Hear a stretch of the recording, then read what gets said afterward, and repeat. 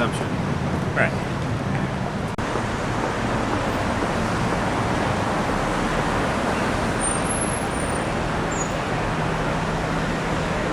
Genres.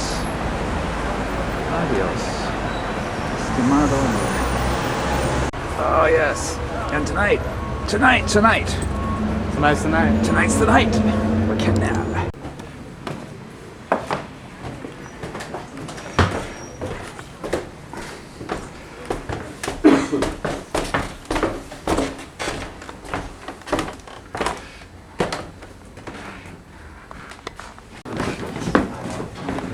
Here we are. In the poet's room. In homage to a supreme alcohol. I could do both things. I've always really enjoyed watching this video. Okay.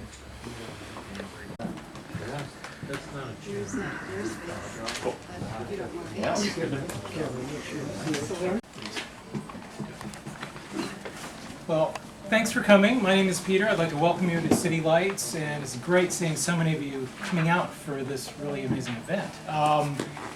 I've been trying to get Ken to do this for a long, long time, ever since I think we first crossed paths over at the book fair over in Golden Gate Park many, many years ago.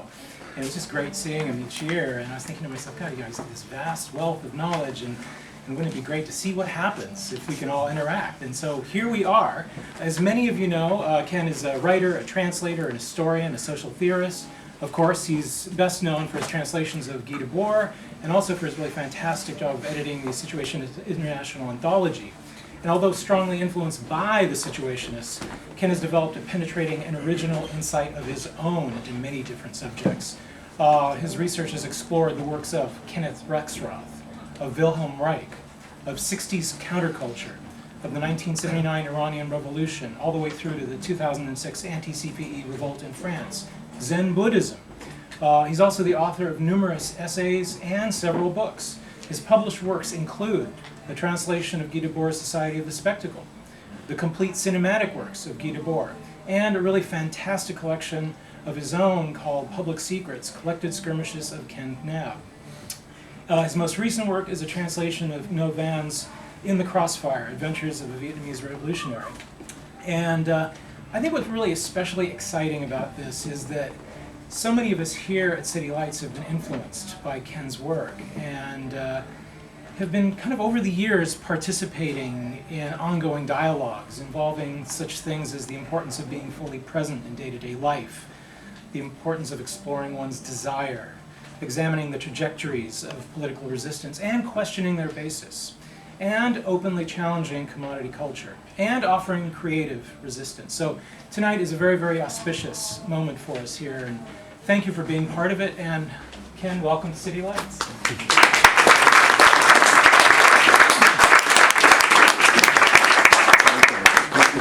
And thank you all for coming. I'm very moved to see especially people who came a long way and all that.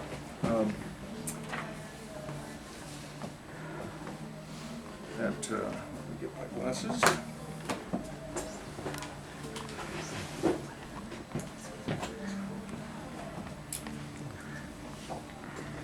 When Peter mentioned that they'd been trying to get me here, this is from Public Secrets here, me writing about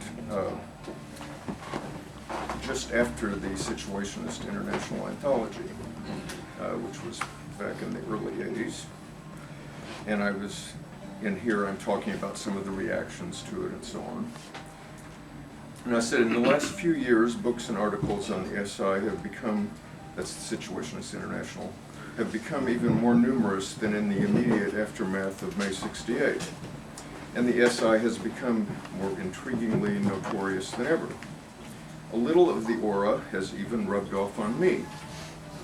Since the original SI members have generally remained unavailable, I have sometimes been considered the next best thing, and have been asked to do book signings, to grant interviews, to give talks, to be videotaped, to contribute to various publications, to provide information for graduate theses, to take part in radical conferences and academic symposiums, to be a visiting artist at an art institute, and even to furnish background material for a television program. I have refused all these requests. Thank you. This isn't a matter of rigid principle.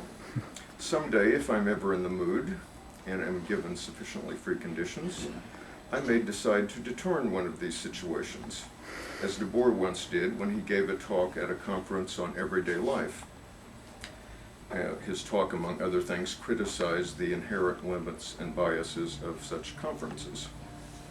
But on the whole, I think people are fooling themselves if they believe that the radical effect of this sort of publicity outweighs all the trivializing and neutralizing effects, including the subtle temptations to accentuate one's own trendy or sensational qualities, while refraining from offending anyone in order to ensure that one will be invited again. In any case, although I'm somewhat less rigorous in these matters than was the SI, when I am asked to present or represent, quote, the situationist perspective, unquote, I feel I convey that perspective most incisively by refusing the kinds of things the situationists themselves consistently refused. Anyone is free to reprint, adapt, or comment on any of my publications. I can't take seriously those who never do so while seeking some personal encounter or scoop designed to give spectators the impression that they have gotten some inside dope about texts they often haven't even bothered to read, much less put into practice. It seems to me that maintaining this distance puts things on the clearest basis. So that was me writing back in 1996. And as I said, this isn't a hard and fast thing. I didn't say there's something sinful about giving interviews or these things, but I was aware of the downsides of it and had been made particularly aware by the situationists. And so I tended to avoid these kinds of things, just saying, hey, I've written it there, use it. You know, you don't need to pretend that you're getting some personal thing from me. But obviously there are also advantages in talking, discussing things. You can ask questions, stuff like that, so I'm aware of that. But I would just like us to be aware tonight, and on other occasions, of the ambiguities of that it may be interesting to see somebody talk and ask questions and so on, but it can also sort of be part of the existing say status quo, where there's just somebody else up there and you say, oh, I met so-and-so, or he's cool, or no, I don't like him, I like that one better. We can get into these things where instead of looking at what the person is actually saying, we're having a popularity contest about who comes off, who is more cool, who is more clever, and so on like that. So anyway, in recent years, I have been toning down my objections, and I appeared at a few Guy Debord film showings, and some things about that Vietnam book that Peter mentioned. Those were experiments, and they worked out pretty good. I was a little dubious going into them, but I thought, oh, that was good, people asked questions. And so I thought I would just try the same kind of thing, only in this case talking about my own trajectory and my own writings, instead of about Guy Debord or somebody else like that. So what I'm going to do is talk about my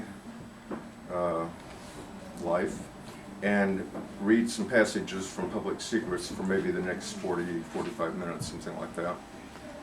and then we can go right into questions.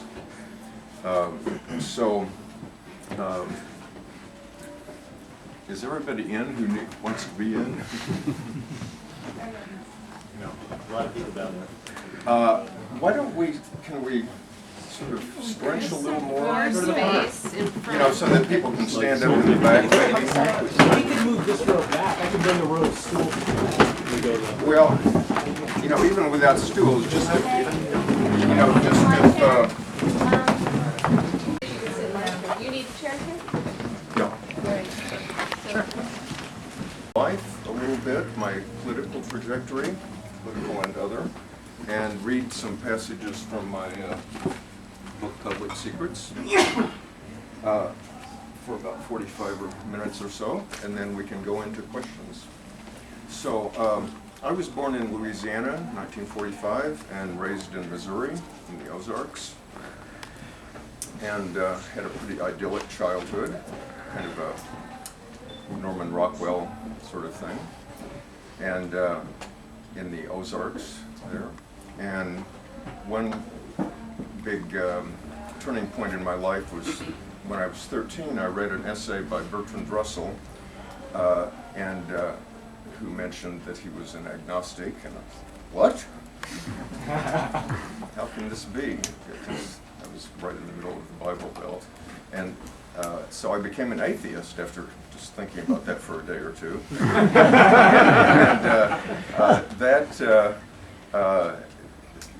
I kept it secret for about a year because I thought I'm the only one in town like this. And but eventually I came out when I was about 14, and from that point on, there was antagonism. My parents were freaked out, the teachers, fellow students, all that. And anyway, that had kind of marked my first little step to kind of step aside and look, well, everybody believes this, but I don't. And so I'll condense this, but I wanted out of there. And by good fortune, I discovered this little college called Shimer College in Illinois, a little great books discussion place that took students who had not graduated from high school. And so I skipped the last 2 years of high school and went to this college, and it was really great. And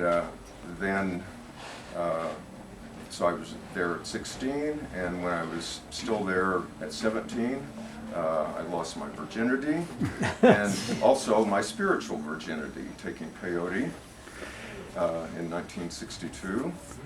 And the next year I left college and hit the road, went to Venice, California, the beach scene down there, had a few adventures there, and then back to the Midwest and up to Chicago. Then I went back to Shimer and finished Shimer, got a BA there, and then moved to Berkeley in 1965, just after the free speech movement and before the Haight-Ashbury stuff, just kind of when things were getting started. And I won't go into that because a lot of you can read some about it, and there's an autobiography in this book. It's called Confessions of a Mild-Mannered Enemy of the State, and that's so I talk about the 60s counterculture and all that kind of thing. And I was also involved in the New Left, but as a relatively naive type of person. I met Kenneth Rexroth, that was a big influence. I had a little bit of Zen practice experience with the San Francisco Zen Center and then the Berkeley Zen Center. And was into psychedelics and rock bands and all sorts of other things like that were going on. And I got a little more heavily into politics in 1968, and again, naively sort of following along with whatever the the demonstrations or whatever was going on. And after I had done that for about a year and kind of got a little closer to seeing how that functioned, I started to become disillusioned. I'd go to a Black Panther conference, all ready to be real enthused and see a picture of Stalin on the wall and see SDS turning into competing Maoists and this sort of thing. And something didn't seem right, and I thought that I knew where the answer was, because one of my Shimer College friends who had moved out here was an anarchist. And so I went over to his house one day and said I want to borrow a bunch of stuff, took it home, read it, made complete sense, so in 1969 I'm an anarchist. And that again was a different step aside. I was still involved in these political things, but I was starting to be a little more critical. And so at this point, I'm going to read a long passage from my autobiography here. So we're in late 1969. In our reading of recent anarchist literature, Ron was another Shimer College student who came out here and had become an anarchist when I did. Ron and I came upon several mentions of the Situationist International, SI, a small but notorious group that had played a key role in catalyzing the May 1968 revolt in France. This section, by the way, is called How I Became a Situationist. I vaguely remembered having seen some Situationist texts a year or so before, but at that time I had put them back on the shelf after a brief glance. In December 1969, we again came across some Situationist pamphlets up on Telegraph Avenue in a local bookstore, and this time, of course, we did read them. We were immediately struck by how different they were from the simplistic propagandistic style of most anarchist writings. The Situationist style seemed rather strange and tortuous, but it was extremely provocative, clearly aimed more at undermining people's habits and illusions than at merely converting them to some vague and more or less passive libertarian perspective. At first we were bewildered, but as we reread and discussed the text, we gradually began to see how it all fit together. The Situationists seemed to be the missing link between different aspects of revolt. Striving for a more radical social revolution than was dreamt of by most leftists, they simultaneously attacked the absurdities of modern culture and the boredom of everyday life, picking up where the Dadaists and Surrealists had left off. Total iconoclasts, they rejected all ideologies, including Marxism, anarchism, and even, quote, situationism, and simply adopted or adapted whatever insights they found pertinent. While carrying on the traditional anarchist opposition to the state, they had developed a more comprehensive analysis of modern society, a more rigorously anti-hierarchical organizational practice, and a more consistent attack on the system's conditioning of people into passive followers and spectators. Their name came from their original aim of creating open-ended participatory situations as opposed to fixed works of art. Last but not least, they emphatically rejected the politics of guilt, the whole idea of basing revolution on self-sacrifice, self-flagellation, and martyr worship. A couple months later, Ron and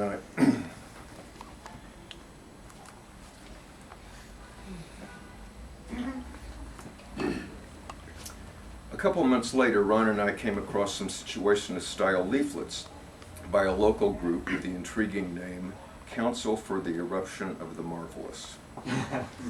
We wrote to them proposing a meeting. They accepted, and the next day we met two of them. This is in Berkeley. They answered our questions briefly but lucidly, made sharp criticisms of most of our vague projects, the anarchist projects, and dismissed our anarchism as just another ideology that would inhibit us from doing anything significant. Quick to express their contempt for just about everything that passed as radical, they clearly knew what they were talking about and meant exactly what they said. Yet it was obvious that despite their seriousness, they were having a lot of fun. Their own agitational practice, consisting primarily of critical interventions in various situations, seemed to combine careful calculation with a delightful sense of mischievousness. Having made it quite clear that they did not intend to waste their time with any additional efforts to convince us, they left. We were stunned, but also aroused. Even if we were not sure we agreed with them on some points, their autonomy was a practical challenge. If they could put out leaflets expressing their own views, why couldn't we? We went back to Ron's place, turned on, and each wrote one. Mine was a collage of anarchist and situationist slogans, followed by a list of recommended books. His was a satire of the way revolution was being turned into a trite spectacle. We mimeoed 1,500 copies of each and handed them out on Telegraph Avenue near the university. Abstract though this action was, just creating something and getting it out there was an exciting breakthrough. Over the next several months, we carried out several other leaflet experiments. I wrote one on the theme that people should never relinquish their power to leaders, which I distributed at the film Viva Zapata, and put together a comic on the mindless, ritualistic nature of militant street fighting in Berkeley.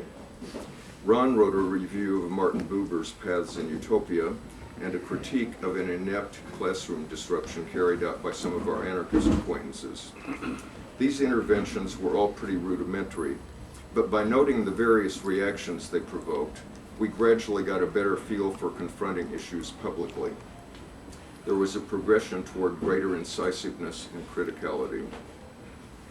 During this same period, we attempted to find some viable compromise between our hang-loose countercultural milieu and the rigorous extremism of the situationists, at least as we somewhat confusedly understood it. We had numerous discussions with friends aimed at inciting them to some sort of radical experimentation, but though some of them were vaguely intrigued by our new trip, virtually none of them responded with any initiative. If nothing else, these confrontations at least served as good self-clarifications. We were becoming so involved in our new ventures that we had little interest in continuing relations on the old terms. As for the anarchists we had been hanging around with, just as they had made no demands on us, they expected us to make none on them. When we offered a few mild critiques, far milder than the CEM, that's the Council for the Eruption of the Marvelous, had made of us, they reacted defensively. We began to see that despite its pertinent insights, anarchism functioned as just one more ideology, complete with its own set of fetishized ideas and heroes. After months of discussions and study groups, the grouping had not proved capable even of carrying out any of the reprinting projects, much less of starting a bookstore, which we had been trying to do. We concluded that if we wanted anything done, we'd better do it ourselves, and that autonomous interventions were more likely to strike a chord than distributing a few more copies of anarchist classics. We rarely saw the CEM, but were occasionally informed of some of their delightfully scandalous interventions, whose combination of the situationist tactic of détournement with a dash of surrealist and William Burroughs influence was theorized in their pamphlet On Wielding the Subversive Scalpel. That's the title of the pamphlet. Some of their examples is lampooning the spectacular role of sacrificial militants, with a leaflet showing the Chicago 8 being crucified. The Chicago 8 were 8 people being tried at that time. Going from door to door in a plastic suburb, dressed in suit and tie, delivering a tract exhorting the recipients to drop everything and get a life. Disrupting a local Gadar appearance with rotten tomatoes and bilingual leaflets.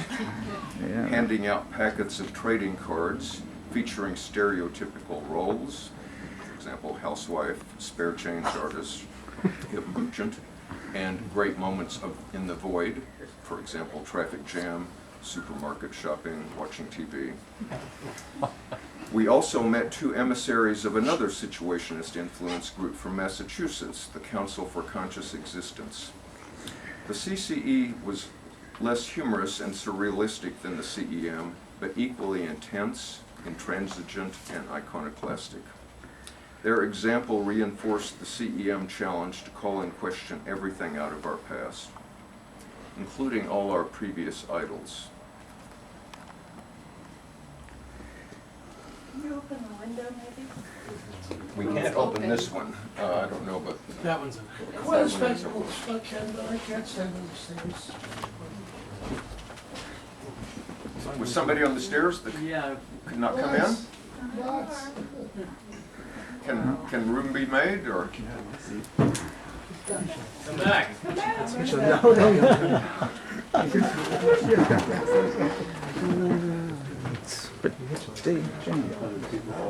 Pretty well jammed in here. Okay. One of my few remaining heroes was Gary Snyder. I assume most of you know who he is. I could agree that most of the movement and countercultural hero leaders were hierarchical manipulators or spectacular confusionists. But Snyder still seemed to me almost totally admirable. I mean, he'd been my hero for several years. In any case, I had the common misconception that in order to have the right to criticize someone, I should myself be better. And I scarcely thought I could compare myself with Snyder. Then one day, I learned that he was coming to Berkeley to give a reading of his poetry. Previously, this would have been one of the high points of my year. I would have been telling all my friends to go and so on. Now I was uncertain. Did I still think such an event was a good thing? Or was it, quote, spectacular, unquote? Did it contribute toward people's passivity, complacency, star worship? After a little thought, I decided that the most appropriate way to come to terms with this question would be to compose a leaflet to distribute at the event, thereby at the same time challenging others involved. The time limit was also a good challenge. The reading was in 3 days. In making notes, I started out with rather moderate criticism, but the more I considered the whole situation, the more radically I began to question it. Up till this time, I had accepted Snyder as a spectacular package. His life and writings were inspirational to me, in quotes, but only in a vague, general sort of way. Now I realized that if he had said something I thought was useful, the point was to use it. If he said something I felt was mistaken, I should point it out. It seemed particularly appropriate if I could turn some of his most valid remarks against other aspects of his practice that fell short. Each step opened the way for more. It went against the grain to ruin my prized picture of Snyder and his friends by cutting it out and pasting it on a leaflet. But once I had turned it to a new use, by adding the comic balloons, my fetishism disappeared. Now it was just an image, interesting only because I could use it to undermine other people's fetishism. I laughed at myself as I broke through my own psychological resistances, just as I laughed to think how this or that aspect of the leaflet would meet with uneasy puzzlement on the part of the people who received it. If what I came up with seemed bizarre or awkward, so what? I was creating my own genre, and there were no rules but the desire to get to